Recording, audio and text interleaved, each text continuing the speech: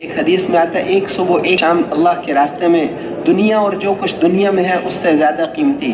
اگر کسی آدمی کو صرف لاہور کی گاڑیاں نہیں، کسی کو ہم کہیں نا ہمارے ساتھ سے روزہ لگاؤ آپ کو ایک نئی گاڑی دیں گے، تو سب تیار ہو جائیں گے. حالانکہ ایک گاڑی تو کچھ بھی نہیں. اگر پورے لاہور کی گاڑیاں اور پورے پنجاب کی اور پورے پاکستان کی اور پورے بر اعظم ایشیا کی، جس میں جاپان بھی ہے، جہاں ایک گھنٹے میں لاکھوں گاڑیاں بکتی ہیں، بلکہ 6 بر اعظموں کی ساری گاڑیاں اور سارے جہاز اور ساری فیکٹریاں اور سارا سونا چاندی اور سارے کپڑے اور گھوڑے اور سامان کسی کو مل جائیں، اللہ کے راستے کی ایک صبح ایک شام کا اجر اس سے بھی زیادہ ہے. دنیا میں پورا نہیں آتا، اس لیے اللہ اس کا بدلہ آخرت میں دیں گے. یہ دنیا تو بہت چھوٹی ہے، ایک سبحان اللہ کا اجر یہاں پورا نہیں آتا. ایک سبحان اللہ کہنے کا اجر یہ پوری دنیا میں پورا نہیں آ سکتا. ایک نماز کا اجر اس دنیا میں پورا ہی نہیں آتا. دنیا ہی بہت چھوٹی ہے، اس لیے اصل بدلہ اعمال کا آخرت میں ملے گا، یہاں جگہ ہی نہیں ہے.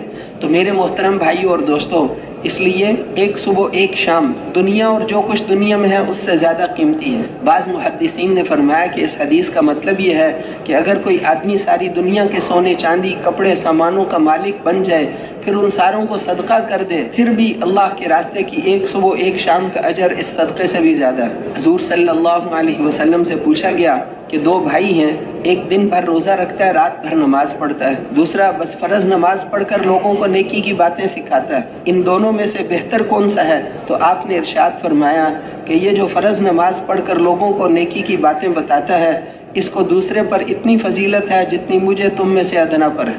ایک آدمی نے پوچھا کہ اللہ کے رسول، اگر میں خود نہ جاؤں، پیسے بھیج دوں، پیسے کسی جانے والے کو دے دوں تو مجھے بھی ان جتنا اجر ملے گا؟ آپ نے فرمایا کہ اگر تم سارا مال بھی خرچ کر دو تو اللہ کے راستے میں نکلنے والوں کی نیند کے برابر بھی اجر نہیں ملے گا. اور ایک حدیث شریف میں تو آتا ہے کہ حجر اسود کے سامنے خانہ کعبہ میں پوری شب قدر میں کوئی عبادت کرتا رہے، اللہ کے راستے کی ایک گھڑی کا اجر اس سے زیادہ ہے.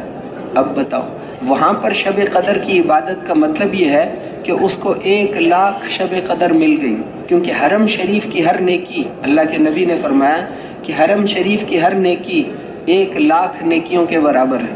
مکے میں حاجی رہتے ہیں، 30 دن رہتے ہیں، حج کے لیے جب جاتے ہیں تو 30 دن میں انہوں نے جتنی نمازیں پڑھی، 30 ظہر 30,00,000 ظہر کے برابر، 30,00,000 ظہر، 30,00,000 عصر، 30,00,000 مغرب، 30,00,000 عشاء، 30,00,000 فجر. ایک عمل کوئی بھی ہو، صدقہ کر، کوئی بھی عمل، ایک عمل 1,00,000 کے برابر ہے. تو وہاں شب قدر کی عبادت مطلب ہے 1,00,000 شب قدر کی عبادت. تو 1,00,000 شب قدر کی عبادت کوئی کرے، اللہ کے راستے کی ایک گھڑی کا اجر اس سے بھی زیادہ ہے. اپنے گھر میں ساری زندگی عبادت کرو، اللہ کے راستے کی ایک گھڑی کا اجر اس سے زیادہ ہے. تو یہاں وقت 1 منٹ ضائع کیا، اس کا مطلب ہے 49 کروڑ منٹ ضائع کی. یہاں کا نقصان بھی اتنا زیادہ ہے. جیسے یہاں کی نیکی زیادہ ہے، یہاں ایک دفعہ درود شریف پڑھنے پہ 49 کروڑ کا ثواب ہے، تو یہاں 1 منٹ ضائع کرنے پہ 49 کروڑ منٹ بھی ضائع ہوتے ہیں. اس لیے وقت نہیں ضائع کرنا. ایک دفعہ حضرت عمر نے لوگوں سے پوچھا کہ بتاؤ سب سے افضل مسلمان کون ہے؟ لوگوں نے عرض کیا کہ جو یہ عمل کرے، یہ عمل کرے، مختلف اعمال بتائے. بعضوں نے کہا کہ آپ ہی سب سے افضل ہیں، اس وقت تو وہی سب سے افضل تھے.